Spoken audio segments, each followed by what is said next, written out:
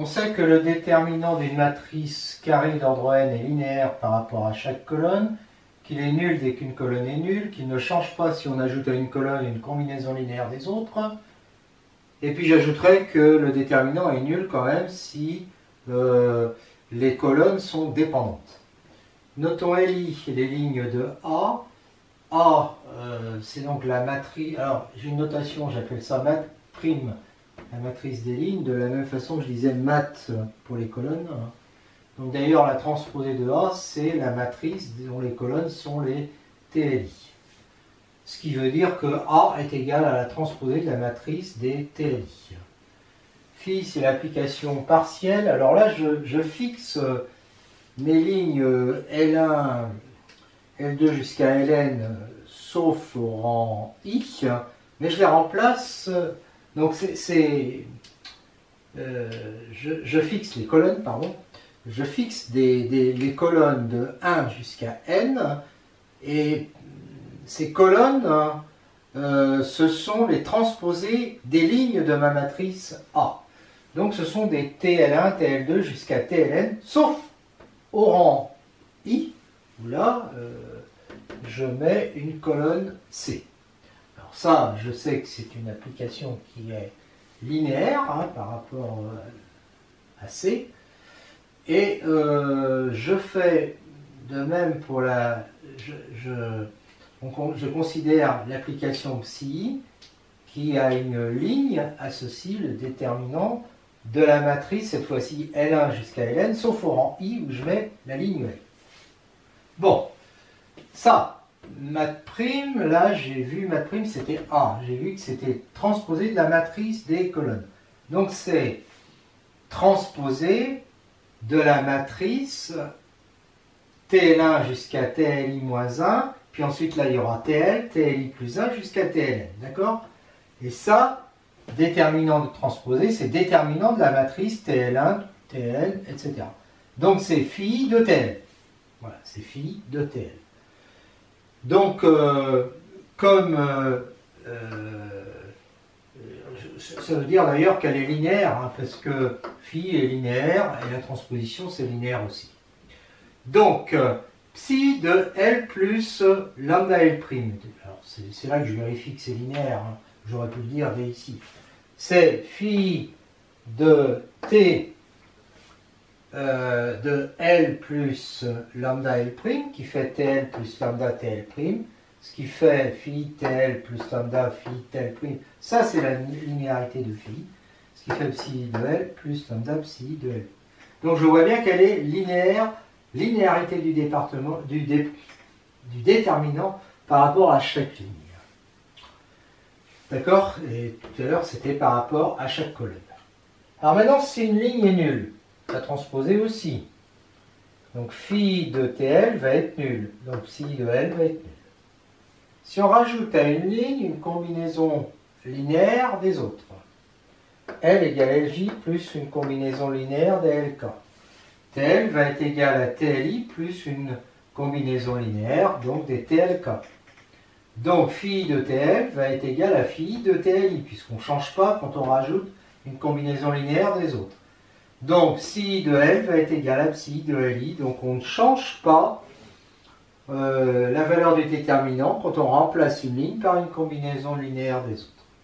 Enfin, si on a des vecteurs lignes dépendants, eh bien les transposés, les vecteurs TL1 et TLN, c'est évident, sont dépendants aussi. Donc ça forme la matrice TA. Le déterminant de TA, ben, dans ce cas-là, je sais qu'il est égal à 0. Donc le déterminant de A va être égal à 0. Donc, quand il y a des lignes dépendantes, le déterminant est nul. Donc en fait, les résultats qu'on avait avec les colonnes, on les a aussi avec. Donc ici, il y a un petit catalogue de quelques propriétés qui permettront de démontrer, de calculer les déterminants. Un rappel tout d'abord, si f est une forme n linéaire alternée sur un espace vectoriel grand E, sigma une permutation de Sn et n une famille UI de n vecteurs, f des u sigma i est égal à la signature de la permutation sigma multipliée par f des UI.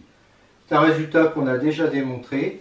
donc qui permet de calculer f, d, et là on applique la permutation sur les vecteurs. Ça vient du fait que la forme est alternée. Seconde propriété, bah, ça va être, on va appliquer f à déterminant suivant b. Donc on a E un espace vectoriel de dimension n, B une base de E, sigma appartenant à Sn, toujours une famille UI de n vecteurs. On sait que déterminant suivant B, c'est une forme n linéaire alternée, donc on a le même résultat. On va justement utiliser ce résultat pour démontrer que si on fait passer si on choisit J, le rang J, et qu'on fait passer le vecteur UJ en tête, suivi de tous les autres, eh bien, le déterminant suivant B de cette famille de vecteurs est égal à moins 1 puissance J moins 1, déterminant des UI suivant B. Alors la démonstration, bah, il faut 1 pour image J, c'est-à-dire qu'à la place de 1 on trouve J, à la place de 2 on trouve 1, etc. Et à la place de J moins 1, on va, à la place de J moins 1, on va trouver J. Non. À la place de U-1, de J-1, on va trouver J-2, et à la place de J, on va trouver J-1. Voilà. On va trouver J-1 à la place de J. Les autres, bah non, les autres, on ne les change pas. On fait la permutation circulaire que sur les J premiers. D'accord? Donc là, voilà, cette permutation circulaire. Et c'est la composée de ces... ou le produit de ces J-1 transpositions, c'est-à-dire celles qui échangent J-1 et J, ça permet de mettre J à cet endroit-là, puis qui échangent J et J-2, et comme ça, on fait reculer J jusqu'à ce qu'il soit là. D'accord? Donc ça, c'est facile à vérifier par vous-même sur un exemple simple, par exemple en prenant J égale 4 ou 5. Sa signature, ça c'est le cours d'algèbre qui le dit, c'est moins 1 à la puissance le nombre de transpositions, ici il y en a J moins 1. Et donc, je remplace dans cette formule les U sigma, U sigma, ça devient UJ, U sigma 2, ça devient U1, U2, jusqu'à UJ moins 1, d'accord? Puis ensuite les autres ne changent pas. Ça fait donc la signature, j'ai dit moins 1 puissance J moins 1, multiplié par déterminant des UI suivant B. Voilà. Propriété suivante, A est une matrice d'ordre n, et c'est la matrice dont les colonnes sont les UK. Donc je prends cette notation-là. Sigma est une permutation. A sigma, c'est la matrice sur laquelle j'ai appliqué une permutation sur les colonnes. Donc le U sigma 1 jusqu'à U sigma n. Alors déterminant AJ égale signature de sigma fois déterminant de A. C'est exactement ça. En fait, on dit quoi là? On dit tout simplement que le déterminant d'une matrice carré A, c'est le déterminant, alors ici on va dire relativement à une base canonique de K puissance n, donc cette base canonique c'est B, c'est le déterminant des vecteurs colonnes. D'accord? Donc on a exactement ça.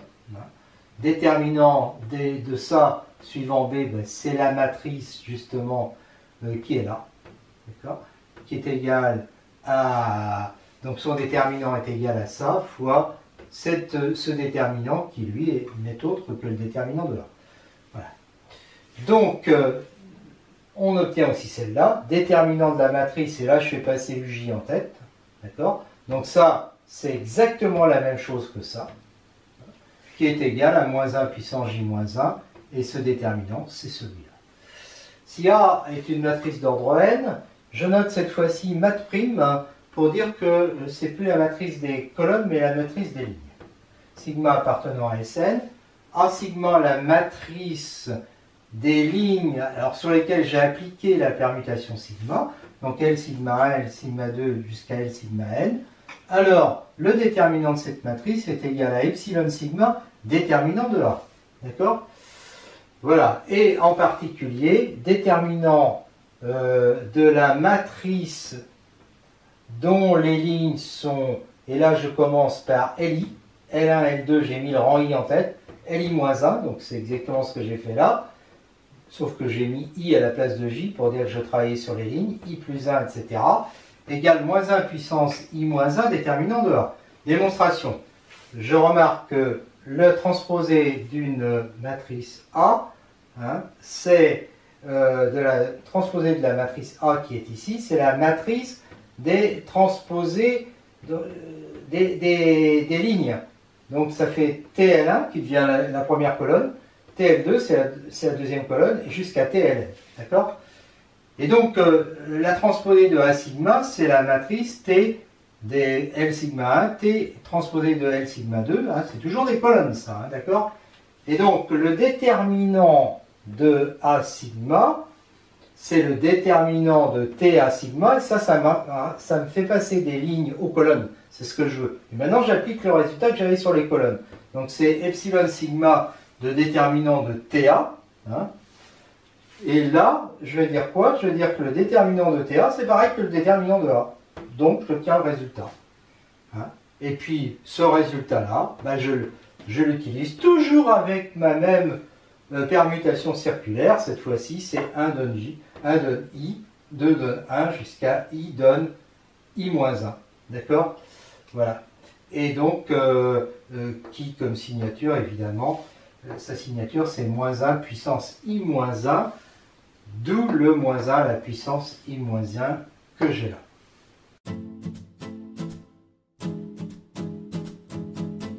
Alors nous allons, avec ce théorème, voir comment on peut ramener le calcul d'un déterminant d'une matrice d'ordre n au calcul de déterminants de matrices d'ordre n-1 qui sont à l'intérieur de cette matrice d'ordre n et qu'on appelle des mineurs.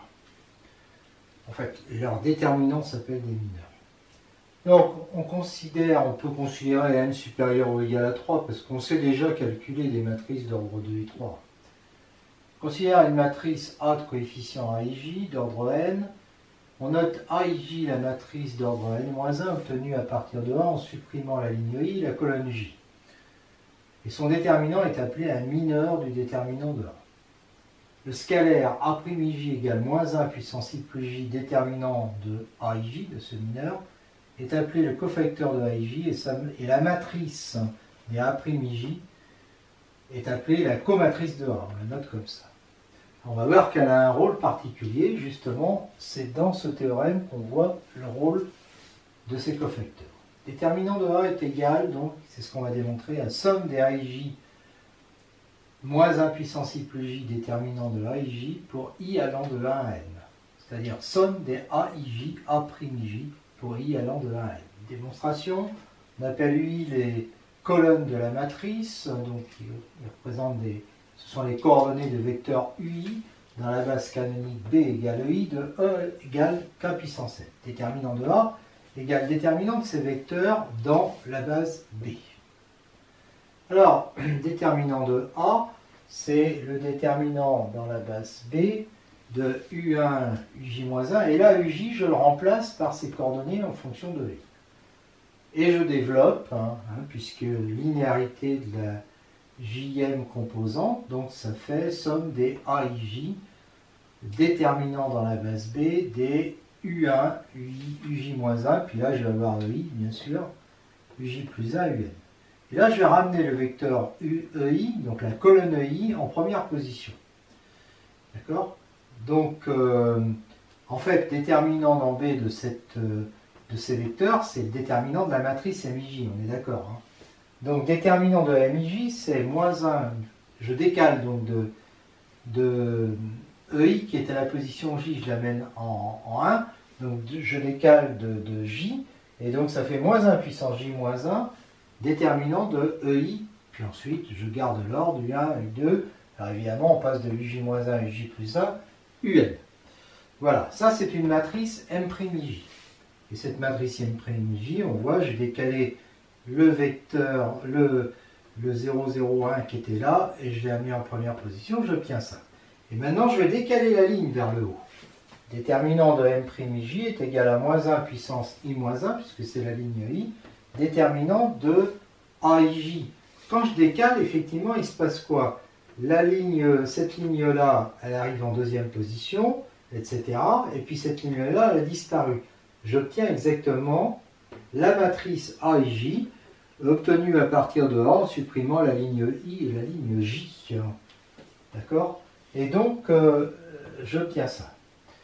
Alors, déterminant de A, il est égal à somme des AIJ déterminant de MIJ. J'ai remplacé le déterminant de MIJ par moins 1 puissance J moins 1 déterminant de M'Ij et déterminant de M'Ij par moins 1 puissance I moins 1 déterminant de AIJ.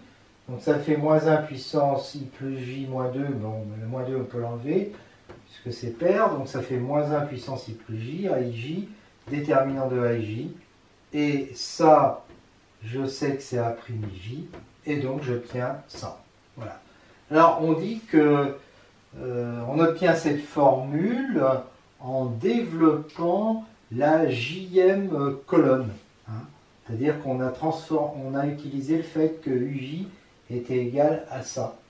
Donc on part sur la jème colonne, on fait A1J fois son cofacteur plus A2J fois son cofacteur plus A3J fois son cofacteur, etc. etc. Voilà. Quelques exemples de calcul de déterminants. Une matrice, un déterminant d'ordre 4. Là, on remarque qu'il y a des zéros ici, sauf là, et des zéros ici, sauf là. Bon, le plus facile, en fait, ça serait de le développer suivant la ligne L4. Suivant la ligne L4, alors si la ligne L4, ça veut dire que I est égal à 3, à 4, pardon. 1, 2, 3, 4, qui est pair. D'accord? Donc, quand je vais faire le moins 1 facteur de I plus J, là je commence à être pair, ça va me faire un plus, moins, plus, moins. Donc plus, bon de toute façon il y a un 0 fois quelque chose, on s'en fiche, 0 fois quelque chose, 0 fois quelque chose. Je vais avoir plus 4 fois ce déterminant. Donc plus 4 fois celui-là.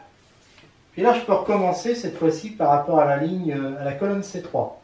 D'accord? Plus, moins, plus, ici. Et là, je développe 2, ça fait 2. Donc 4 fois 2. 4 fois 2, 8. Alors, j'aurais pu aussi développer par rapport à la troisième colonne. Plus, moins, plus. Ça, c'est les moins 1 puissance I plus J. Je suis en train de compter. Alors là, plus, moins, plus. 1. Et là, j'enlève. Et en enlevant, j'ai j'ai 1, donc je ne l'ai pas mis, hein, fois ça. Et ça, bah, ça c'est facile, je la développe par rapport à la première colonne. Donc j'ai juste 1 fois cette matrice-là. Donc ça fait ça. Et ça, c'est 2 fois 4, 8, moins 0. Ça fait 8. Je retrouve bien le même résultat. Matrice d'ordre 3, on va retrouver la règle de Sarus qu'on avait déjà démontrée. Donc on part de cette matrice, on la développe par rapport à la première colonne. A11 fois ça. Plus moins A21 fois ça. Plus A31 fois ça. Puis après c'est du développement. Hein. Ça, moins ça. Ça, moins ça. Ça, moins ça. Ça me fait ça. Je mets tous les plus ensemble. Tous les moins ensemble. Et là, j'ai quoi? A11 fois A22 fois A33. J'ai prolongé ma matrice, vous voyez, en répétant la ligne 1 et la ligne 2. Plus A21 fois A32 fois A13. Plus A31 fois A12 fois A23. Et après, je fais les moins, dans l'autre sens, en diagonale, mais l'autre diagonale, qui n'est pas principale. A31, A22, A13. A1, A32, A23, A21, A12, A33. Voilà. Et on retrouve le résultat. On va finir par des déterminants de Van der Monde. Dans les cas n égale 2, n égale 3, on va évidemment étudier les autres cas après. D2. c'est B moins A. D3, D3 c'est... Je peux ici ajouter à la première colonne l'opposé de la deuxième. Comme ça me fait 0, A moins B, A2 moins B2. D'accord? Et je ne change pas les deux autres. Sauf que maintenant, je peux faire la même chose avec la deuxième colonne, je rajoute l'opposé de la troisième. Comme ça me fait à nouveau un 0 ici, B moins C, B2 moins C2. Et je ne change pas la troisième. Et maintenant, plus ou moins plus, je développe par rapport au 1, donc sur la première ligne. Et je vais avoir ce déterminant-là. Sauf que, avant de faire ça, je peux faire mieux. Ici, je remarque que c'est A moins B, facteur de A plus B. Donc en fait, dans la première colonne, je peux factoriser A moins B. Le facteur de 1 et de A plus B. Et dans la deuxième colonne, B moins C, facteur de 1 et B plus C. Et je les sors. C'est la trilinéarité qui me permet de sortir. Et là, par contre, je ne touche pas à la dernière, bien sûr. Et là, c'est là que je développe par rapport à ma première ligne, plus, moins, plus. Ça me fait ça, moins ça, c'est-à-dire C moins A. Donc, partant de A moins B, je fais une permutation. Le A est transformé en B, le B en C, B moins C. Le B en C et le C en A, C moins A. D'accord? Voilà. Mais ça, on va voir ça dans le cas général. Donc, on va voir maintenant comment on calcule l'inverse d'une matrice qui est inversible. Donc, on a une matrice d'ordre n. On appelle E égale K puissance n avec sa base canonique B0, famille EI, et F, un endomorphisme de l'endomorphisme qui a pour matrice A relativement dans B0. Donc on sait que F est inversible. On note B, la matrice inverse. F moins 1 de EI est donc égal à la somme des BKI EK. Et je compose par F, ça fait F rond F moins 1 de EI égale à la somme des BKI F de EK. Alors F de EK, c'est UK, c'est la k-ième colonne de A, c'est le vecteur UK. Et EI est donc égal à la somme des BKI UK. J'appelle A'J le cofacteur de AIJ dans le déterminant de A.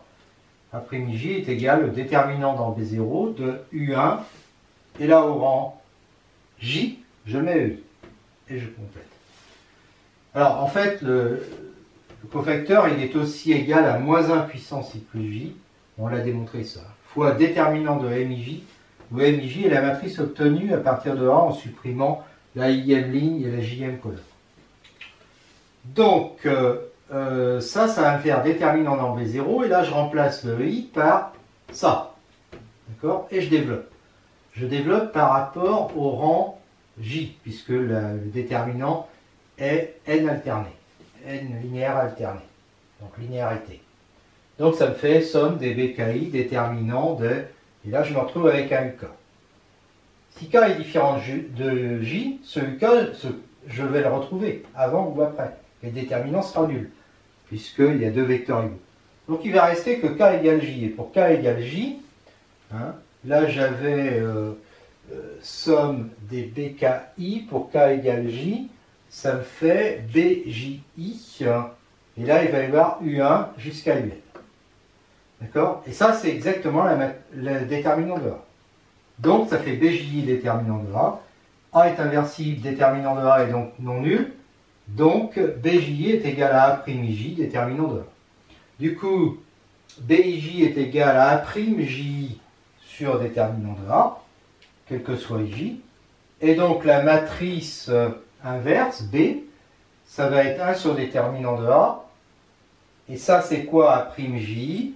C'est la transposée de AIJ, donc transposée de la comatrice. La comatrice de A, c'est la matrice A, comme de A, c'est la matrice des A'J.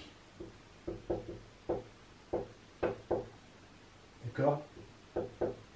Mais moi, j'ai besoin ici de A'J, donc c'est la transposée. Conclusion, c'est que A est inversible si et seulement si son déterminant est différent de 0.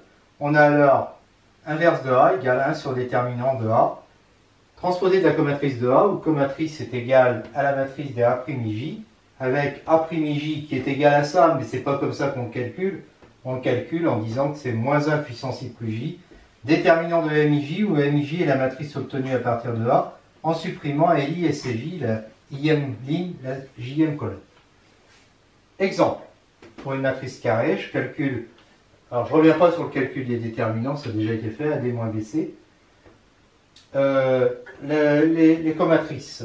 Alors pour A, ben ça fait B, pour D, ça fait A. Ici, il y a un décalage de 1. Donc le moins 1 puissance i plus j va faire moins 1. Et donc ici, je mets B, et pour l'autre, je mets C.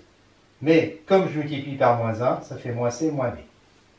Quand je prends l'inverse, ça va faire 1 sur déterminant de A, donc 1 sur AD moins BC, fois, et là, je prends la transposée de la comatrice, donc ça fait ça. Je retrouve un résultat que j'avais eu autrement. Matrice d'ordre 3, on doit calculer le déterminant, on va développer suivant C2 parce qu'il y a un 0, et donc on commence là, il y a un décalage de 1, ça fait moins 1. On prend le déterminant 1 moins 2, moins 1, mais on multiplie, donc on fait ça. Donc ça fait moins 1 fois moins 1, ça fait 1. Ensuite, plus 0, moins 1, et là c'est quel déterminant? C'est 4 moins 1, d'accord? Qui fait 3. Donc moins 1 fois 3, moins 3. Donc moins 2 comme déterminant, il est non nul, A est inversible. La comatrice, je ne vais pas calculer tous les coefficients, j'en fais quelques-uns. Pour 2, 0, moins 2, ça fait moins 2. Pour 0, au centre. Donc là, il y a un décalage de 2, moins 1 puissance i plus j, ça fait 1. Donc ici, ça me fait 2 moins 1, ça fait 1. Ici, ça fait moins 1. Alors, allez, je calcule encore celui-là. Celui-là, i plus j, il fait moins 1 puissance i plus j, il fait moins 1. Il y a un décalage de 1. 1, moins 2, moins 1. Mais comme il y a un décalage de 1, ça fait 1. D'accord? Et puis je calcule les autres de la même façon. Et pour avoir la matrice inverse, je fais 1 sur moins 2, le déterminant. Et là, je multiplie par, et je prends la transposée. Donc le 0, il va là. Le 1, il va là. 1 et 2, ils changent. Moins 3 et moins 1 aussi. Ouais, et j'obtiens cette matrice-là. Alors après, bon, si on veut vérifier le résultat, on fait ça fois ça. Et on va voir que ça fait bien la matrice I3, matrice identité, matrice diagonale avec des 1 sur la diagonale principale, des 0 ailleurs. Remarque, calcul de déterminant de A. On pouvait remplacer L3 par L3 moins L1. Parce qu'en faisant L3 moins L1, ça fait 1 moins 2, ça fait moins 1. 1 moins 1, 0, c'est intéressant. Et puis 1 moins 1, 0. Et du coup, on développe ici, donc ça fait moins 1. Et là, tac, on a juste à faire 1 fois 0 moins 1 fois 2. Donc ça fait 2, mais comme il y a un décalage de 1, ça fait moins 2. Ou bien on peut même décaler par rapport à... Bon, enfin le mieux c'est de prendre ici, c'est très simple ici, il n'y a pas de souci. Ou par rapport à cette ligne, tiens, par rapport à cette ligne, on pouvait le faire aussi. On a moins 1, mais il y a un décalage, il n'y a pas de décalage là. Moins 1 fois 2, ça fait moins 2. Voilà.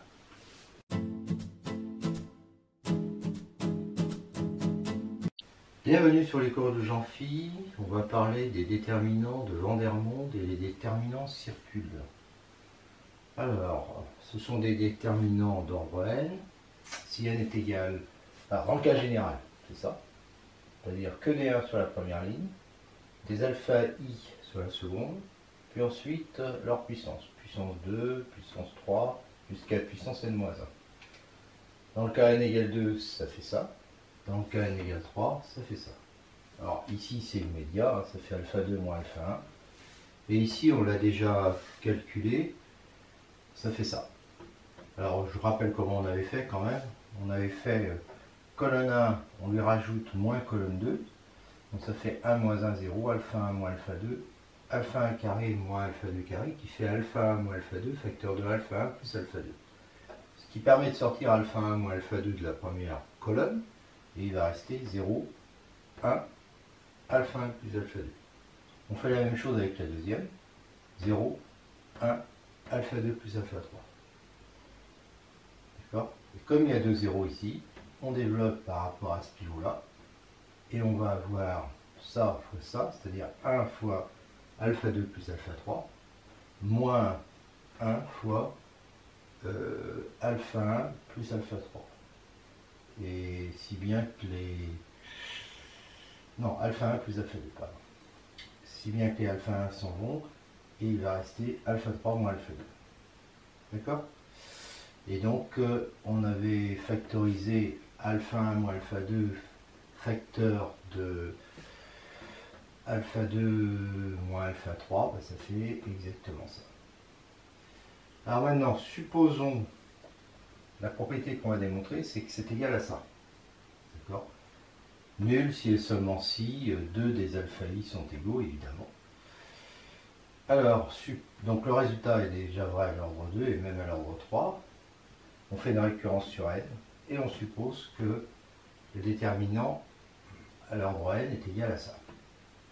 Et on considère, cette fois-ci, on se place à l'ordre n plus 1. Mais on ne va pas directement mettre alpha n plus 1. À la place de alpha n plus 1, on va mettre x. Et on va considérer ça comme étant un polynôme de k de x.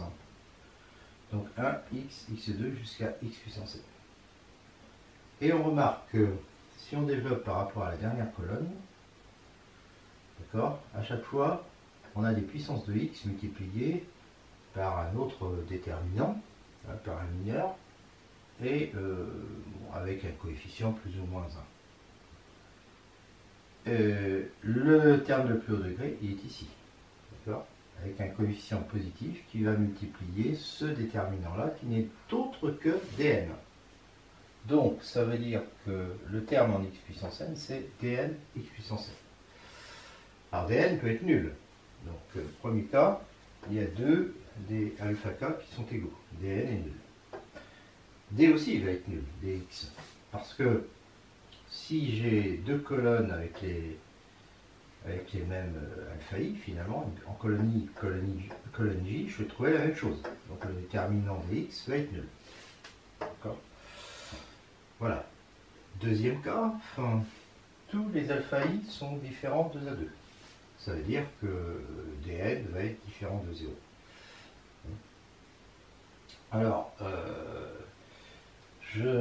si je remarque que si je remplace x par alpha j, c'est-à-dire ici je mets alpha j au carré, cette colonne va être identique à une des colonnes précédentes et le déterminant va être nul. D'accord ? Donc, à ce moment-là, ça veut dire quoi? Ça veut dire que je vais pouvoir diviser ce polynôme de degré n ce coup-ci, puisque dn est différent de 0. Je vais pouvoir le diviser par x moins alpha 1 fois x moins alpha 2 jusqu'à x moins alpha n. Je dis bien par leur produit, parce que les x moins alpha j, comme les alpha j sont tous différents de 2 à 2, ils sont premiers entre eux. Donc je vais pouvoir diviser par le produit. Ce produit-là, qui est de degré n. Ah, donc ça veut dire que d de x va être égal à lambda fois celui-là. Lambda appartenant à la colle. Alors comme le coefficient en x puissance n, je sais que c'est dn, ça me fait donc dx égale dn, qui est égal à ça par l'hypothèse de récurrence, fois ça. D'accord? Et maintenant je prends dn plus 1, donc ça veut dire que je remplace x par alpha n plus 1. Bon, alors, à ce moment-là, je vais obtenir ça. Pourquoi j'obtiens ça? Bien, quelle est la différence entre ça et ça? Quand on écrit ça, il y a tous ceux qui vérifient ça, et puis il y a ceux dans lesquels j est égal à n plus 1. Donc j est égal à n plus 1, et puis on a i qui est inférieur à j. Bon, il y en a combien comme ça? Il y en a n, et ce sont les alpha 1, alpha 2 jusqu'à alpha n. Donc c'est exactement alpha n plus 1 moins alpha 1, alpha n plus 1 moins alpha 2 jusqu'à alpha n plus 1 moins alpha n. C'est-à-dire c'est obtenu en remplaçant ici x par alpha n plus 1. C'est exactement ce que je veux. Donc ça veut dire que dn plus 1 est égal à ça.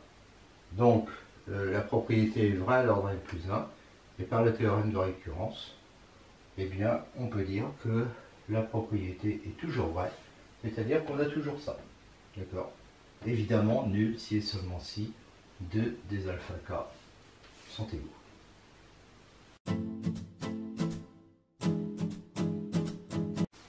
On continue avec les déterminants circulants. Alors on va d'abord voir le cas à n égale 3, déterminant circulant d'ordre 3. Donc D3 égale ce déterminant. ABC, trois nombres complexes, et on fait des permutations circulaires pour passer d'une ligne à l'autre. Donc on remplace, pour le calcul de ce déterminant, on va remplacer ABC par x, y, z, et on va considérer ce déterminant comme étant un polynôme à trois indéterminés, x, y, z, donc qui appartient à C de x, y, z. Et on va rajouter à la colonne 1 une combinaison linéaire de deux autres colonnes, ici oméga C2 plus oméga carré C3. On sait que ça ne change pas le déterminant, et on obtient ça. Et on va prendre pour oméga une racine cubique de l'unité, si bien que A de 1, ce coefficient-là, va être égal à oméga fois celui-là, c'est évident, oméga x, oméga 2y, oméga au cube z qui fait ça. Et celui-là, oméga 2 celui-là, donc oméga 2x, oméga cube y qui fait y, oméga puissance 4, c'est-à-dire oméga z.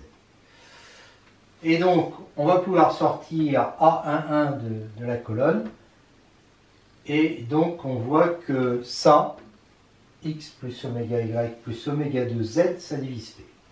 Alors les oméga possibles, ça va être ici 1j et j2, donc on a x plus y plus z, x plus jy plus j2z, x plus j2y plus j4, mais j4 ça fait jz. Chacun des trois va diviser le déterminant. Mais comme ils sont premiers entre eux, on ne peut pas passer de l'un à l'autre en multipliant par un scalaire, eh bien, leur produit divise le déterminant. Alors il peut y avoir un coefficient lambda, mais en fait il est égal à 1 parce que le terme de plus haut degré en x ici, c'est x au cube avec un coefficient 1. Et là, c'est pareil, quand on développe par rapport à la première colonne, c'est x fois ce déterminant pour avoir les x, et on trouve x au cube. Donc en fait, on a égalité parfaite, et quand on remplace x, y, alors on revient à ça, en remplaçant x par a, y par b et z par c, bon, on obtient voilà, cette expression de D3. Dans le cas n égale 2, c'est plus simple évidemment, hein. Ça fait a carré moins b carré, a plus b fois a moins b. Mais bon, on retrouve le a plus b, et puis le a moins b, c'est parce que moins 1, il y a deux racines carrées de l'unité, c'est 1 et moins 1. C'est 1 et moins 1. Voilà. Donc, cas général, c'est ça. Donc, pareil, même méthode, on remplace par des indéterminés x1 jusqu'à xn. On obtient ça, un polynôme de n indéterminé. Oméga, c'est une racine énième de l'unité. On remplace C1 par C1 plus oméga 2 plus oméga C2 plus etc. Ça ne change pas le déterminant. On trouve que A1 va être remplacé donc par x1 plus oméga x2 plus etc.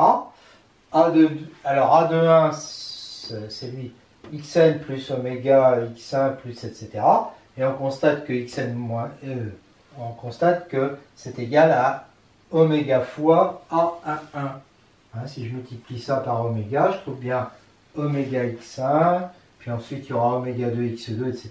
Et le dernier c'est oméga à la puissance n qui fait 1, xn, retour ici.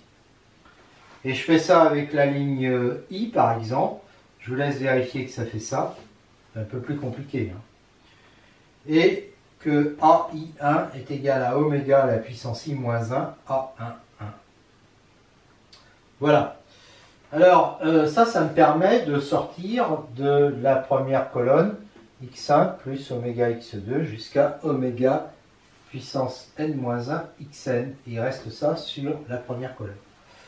Donc ça veut dire que ça divise le polynôme. Alors maintenant, je remplace mon oméga par tous les oméga possibles, c'est-à-dire ça. Les exponentielles de zi pi sur n pour k entre 0 et n-1. D'accord? Et donc, comme ces polynômes-là vont tous, d'abord ça en fait n, hein, d'accord? Ils sont tous premiers entre eux 2 à 2 parce qu'on ne peut pas passer de l'un à l'autre en multipliant par un coefficient. C'est bien que leur produit divise Pn. Le coefficient en x1, ça va être x1 puissance n, et dans ce déterminant-là, c'est pareil, parce que pour avoir le maximum de degrés sur x1, on prend la première colonne ici, le pivot, repivot, etc., n fois. Et donc on a Pn qui est exactement égal au produit pour i égale 0 de x1 plus oméga i x2 plus oméga i carré x3, etc. jusqu'à oméga i à la puissance n-1 xn, avec les oméga i, alors là j'ai mis oméga k, hein, mais qui est égal à ça. Voilà. Et donc ça me fait, en revenant à A1, A2, etc., dn égale pi de k égale 0 à n-1, de A1 plus oméga i A2 plus oméga i au carré A3, plus, et on finit par oméga i à la puissance n-1 à n, où oméga k est égal à exponentielle 2i capi sur n. Voilà, on va voir ensuite une autre méthode pour calculer les déterminants circulants. Évidemment, on va arriver au même résultat. Maintenant, une autre démonstration pour calculer un déterminant d'une matrice circulante. Donc, on a une matrice circulante. Là, j'ai écrit un déterminant de Vandermonde avec oméga égale exponentielle de 2i pi sur n, donc racine énième de l'unité. Alors, la ligne pour i supérieur ou égal à 2, la ligne i de cette matrice, c'est ça. Je vous laisse le vérifier. On peut le vérifier par exemple pour n égale, pour i égale 2. Tiens, pour i égale 2, ça commence à n. D'accord? Qui est là. Puis ensuite A1, A2, et le dernier, ça va être AN-1. Voilà. Pour i égale 3, par exemple, ça commence à AN-1. Puis après, il va y avoir AN. Puis ensuite A1, etc. Et le dernier, ça doit être AN-2. Voilà, ça marche. La colonne J de M, celle-là. Et maintenant, si j'appelle A fois M, parce que c'est ça qu'on va calculer, si je dis que c'est une matrice dont les coefficients sont des CIJ, le CIJ, il s'obtient en faisant ça sur cette ligne. Donc, ça fait exactement ça. Je vous laisse vérifier, c'est facile. Eh bien, on va mettre oméga à la puissance i-1 facteur de j-1 en facteur. C'est-à-dire qu'on va commencer là, d'ailleurs. Donc, ça fait A1 plus A2 oméga j-1, puisque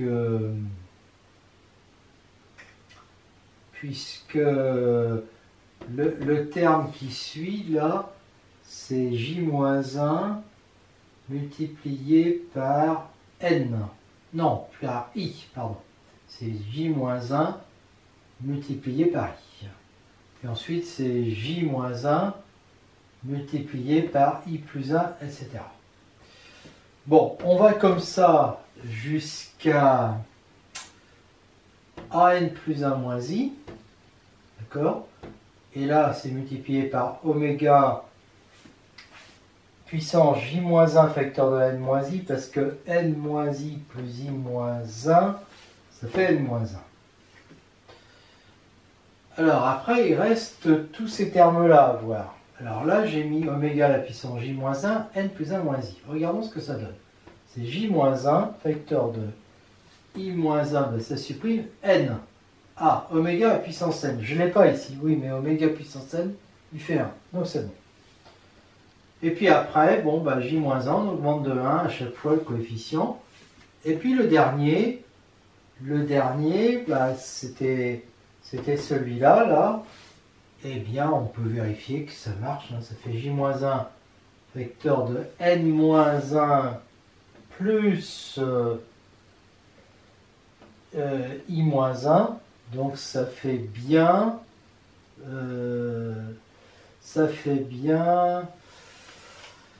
Alors, le dernier... D'un coup, je suis un petit peu perdu. Le dernier, c'est AN. Oui, d'accord. Donc, je dois trouver ça.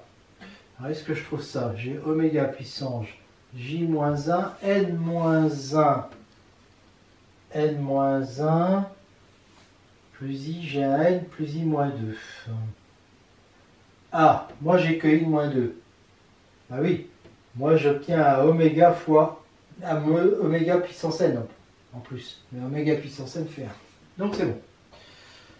Alors je note P de x égale, en fait, ça va être le polynôme A1 plus A2x plus, je continue comme ça, AN xn, moins 1. Et là, en fait, j'ai bien ce polynôme, mais en x égale oméga à la puissance j-1. Et donc j'ai CIJ qui est égal à ça fois ça. Ce qui va me permettre de sortir, parce que pour la colonne J, hein, ça dépend que de J. Donc je sors ça de la colonne J et il va rester ça. Or, ça, c'est CIJ, ça, c'est le... Sur la colonne J du déterminant de Van der Monde, c'est exactement le coefficient qui est à la ligne I. Donc, en fait, je sors ça pour toutes les colonnes J. Pi de J égale 1 à N. Des P des oméga à la puissance J-1. D'accord? Et il va me rester donc le déterminant de mon Van der Monde, puisque à chaque fois que j'en sors un, il reste la colonne J de celui-là. Donc je fais ça pour la première colonne, la deuxième, la troisième, etc. Et ça marche. Alors, attention, là j'avais fait quelque chose pour I supérieur ou égal à 2, d'accord? Mais quand je multiplie la colonne J avec la ligne 1, j'obtiens quoi? J'obtiens A1 fois 1 plus A2 oméga J-1 plus A3, etc. Et donc, j'obtiens encore P de x en x égale oméga à la puissance J-1. Donc, ce résultat que j'ai démontré pour I supérieur ou égal à 2, il est encore vrai pour I égale 1. Donc, c'est toujours vrai. Donc, j'ai bien ça. Alors maintenant, ça c'est un déterminant de Van der Monde dans lequel les coefficients sont 1, oméga, oméga 2, jusqu'à oméga à la puissance n-1. Ils sont 2 à 2 distincts, ces coefficients. Et donc, je sais que le déterminant va être non nul. Et donc, il va être non nul. Et donc, quand je vais écrire déterminant de A fois déterminant de M égale ça fois déterminant de M, je vais simplifier par déterminant de M, et j'obtiens déterminant de A égale le produit des polynômes. D'accord? Donc déterminant de A égale le produit des polynômes, c'est-à-dire ça. D'accord? Voilà. Pour oméga allant de 1 à N. Alors, je peux très bien faire aller ça de J égale 0 à N-1, ça revient au même, en remplaçant les oméga K par ça. Par ça, c'est-à-dire toutes les racines de l'unité. D'accord? Oméga 0, ça sera 1, bien sûr. Oméga 1, ça va être oméga, ça va être le oméga que j'avais avant. Et comme ça, jusqu'à oméga à la puissance n-1. Et donc, j'obtiens bien ce résultat que j'avais déjà démontré juste avant, mais par une autre méthode en utilisant les polynômes à n indéterminé. Là, je n'ai pas eu besoin de cette théorie-là, mais évidemment, il fallait penser quand même à écrire, c'est pas moi qui ai pensé à ça, hein, à écrire le produit de ces deux matrices.